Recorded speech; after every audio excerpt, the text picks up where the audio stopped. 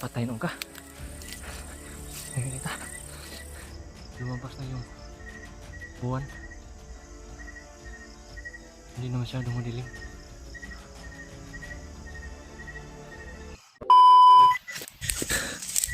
Nandito na ako sa lugar kung saan kami nagkaiwalay. Pero parang wala sila dito mga idol. Wala sila dito.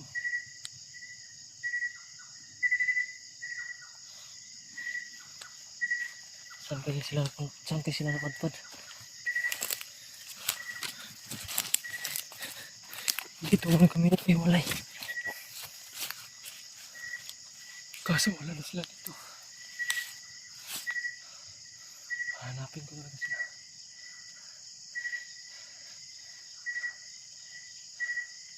Sana mahanap mo. Mahanap mo sila. Hindi pwede na hindi kami kikita. Kasi hindi nila alam yung pasikot-sikot dito sa lugar na ito. Sobrang dilim pa. Sana kayo? Ingat lang tayo.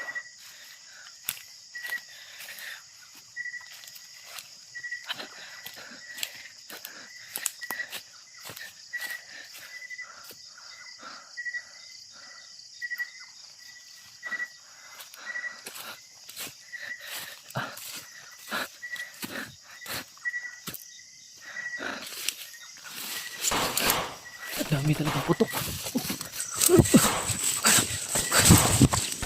Dami putok.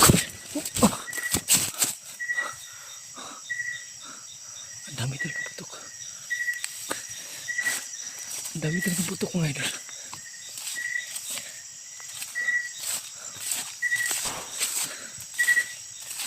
Saan guys na punta? Oh.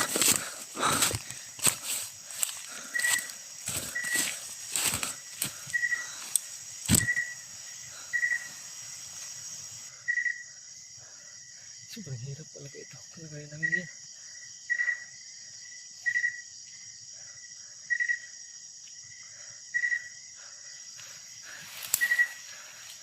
Hanapin ko talaga sila.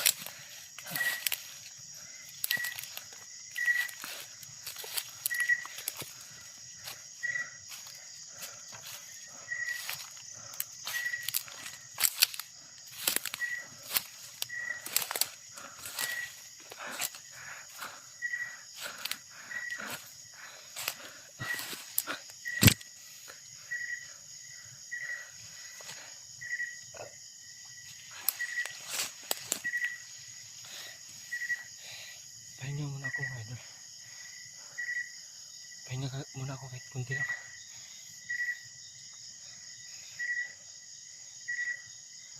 Kasi sobrang pagod ko na.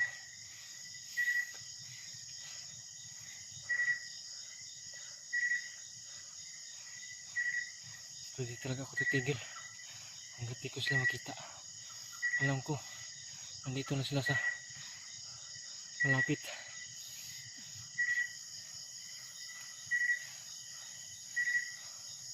At nakasiguro ako na nasa ligtas sila. Nagaya ngayon. Kasi kilala ko na sila eh. Magaling silang makipag-away na. Makipag-away. At mautak ang kanilang isip.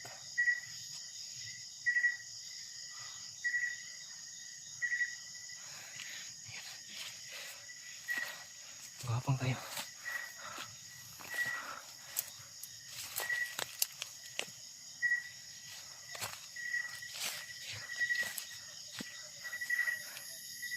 Hanggang gabi na mga idol. Nakita niyo yan. Ang ganda ng tingnan ng bangkuan. Bulan. Ang dami talaga.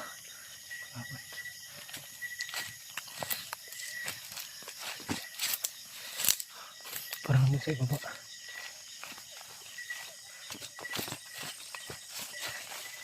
sila sa ibaba. Sa ibaba lang sila.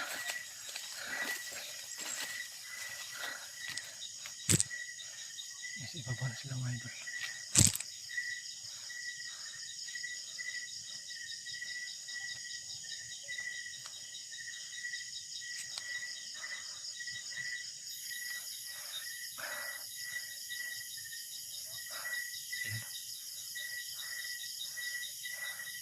Talagang hinahanap po nila kami.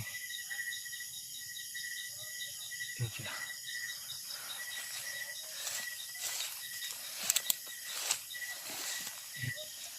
Yan.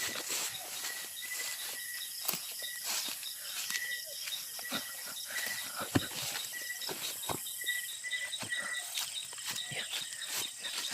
Nagsisisunan. Nasunan sila. Yung mga kalaban.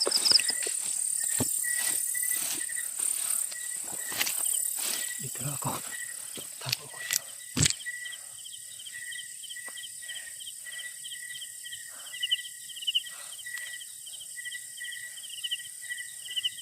Saan nga ba sila?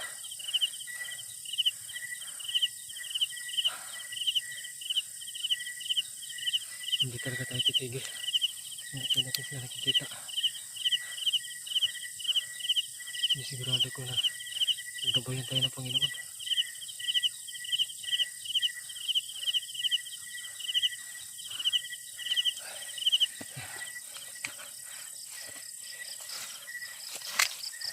Dahan na tayo.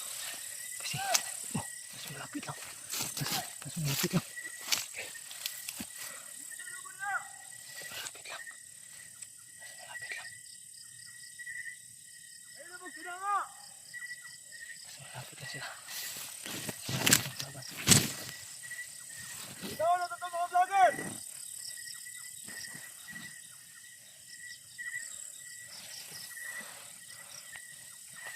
Patayin natin ito.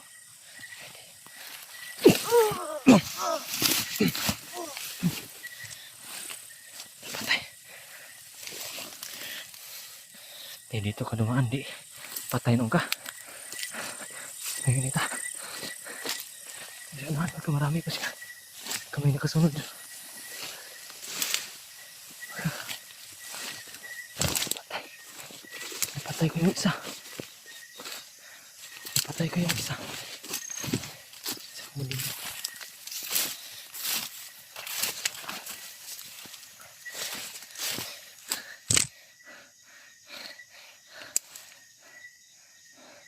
Muntik na ako doon. Buti nila hindi ako nakita. Yan, pinatay ko na lang. Kasi ako pa yung maunahan.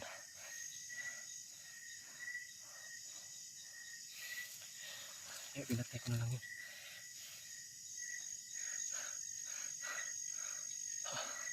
Dami talagang kalaban dito.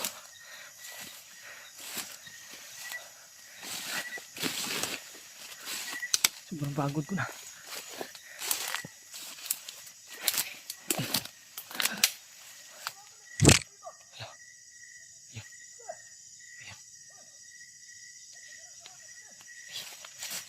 Parang may ayun talaga. May nakasunod talaga yun sa isa.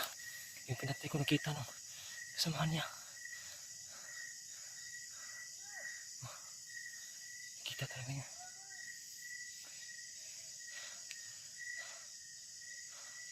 Sana. Buti na yung pinatay ko yun. Isa. Kapatay pa ng kasamahan ko yun. Ayan. Ayan. Ang dami talaga.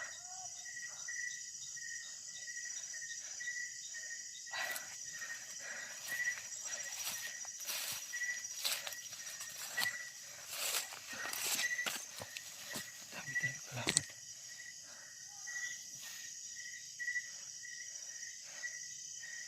Nasa mabuting lagayan talaga sila.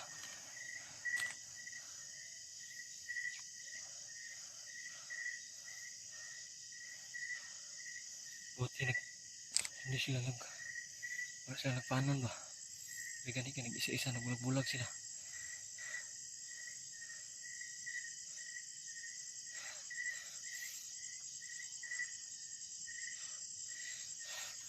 Kung nagsunod-sunod to sila, sigurado. Nandakip na ako nun. Magkapatay na ako. Buti na lang. Hindi nila ako nakita. Ang dami nila na sa unahan. Ang dami talaga. Kakalat sila.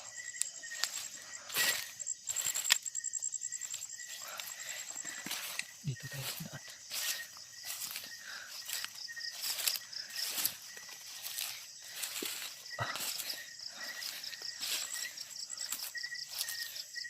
Mabuti nilang lumabas na yung buwan. Hindi na masyadong madilim. Ang ganda talaga ng panahon ngayon. Pero mas maganda sana kung hindi kami nagkaiwalay ng mga kasamahan ko. Kami nagkaiwalay nila kay Evans, Raymart at Julio. Sila Justin, PG, Julius.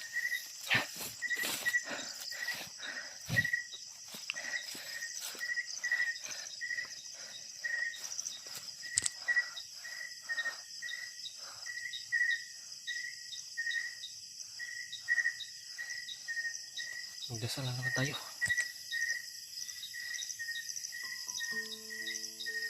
Magdasal natin yung mga kasama natin na sana nasa mabuting kalagayan sila. Sana Panginoon mo sila pabiyaan at pilayin sila sa pamamakan. Sana nasa mabuting silang kalagayan.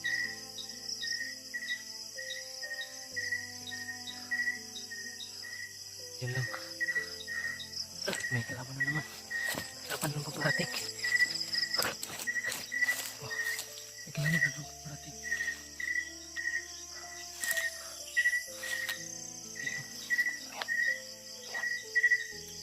May flashlight na naman sa unahan.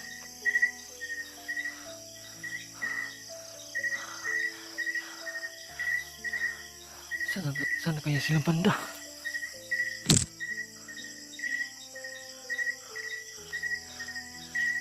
Sobrang hirap na. Nakakapagod na talaga.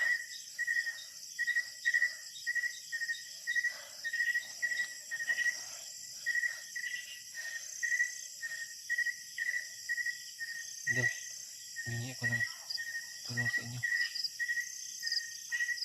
Yan. Ang dami na lang sa unahan. Sana humingi ako ng tulong sa inyo mga idol. Sana tagdasan niyo yung mga kasamahan ko na Kuya Buds at yung at Julius Julio, PG at Justin. Sana gabayan sila ng Panginoon. Ilayo sila sa pamakan. Tulad ko.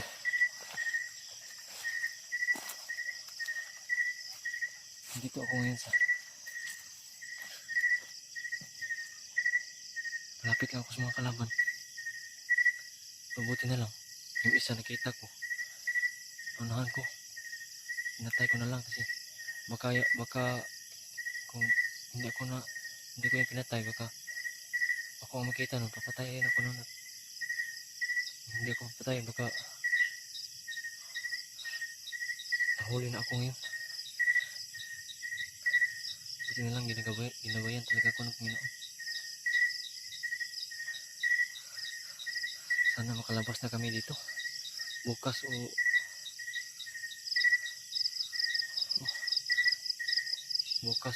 what? Sana masaksis na yung mission namin kasi sobrang hirap na napapagod na, sobrang gutom na rin, gutom at uhaw na yung dinadanas namin.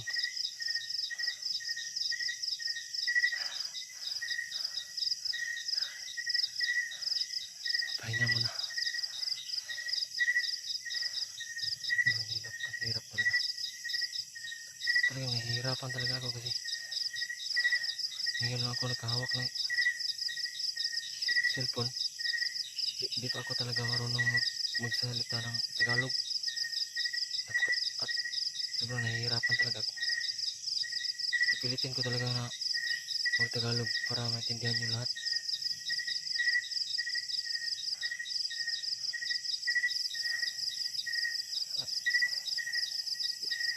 ito na rin yung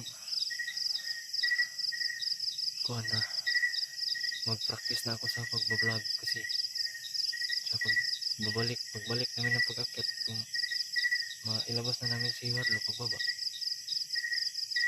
baka pagbalik nila, pag umakyat sila balik sa bundok, kasi may pinangako siya sa akin na pag maligtas namin si Warlo, yun yung boy nila na si Jid yung pangalan niya, na pag maligtas namin patulungan ko sila, ay may kapalit. Ang kapalit nun yung pagtulong din nila sa pamilya ko na maligtas namin yung pamilya ko. Sana talaga nasa mabuting kalagayan sila, kasi ang hirap talaga mga idol na nawala sa iyong pamilya mo.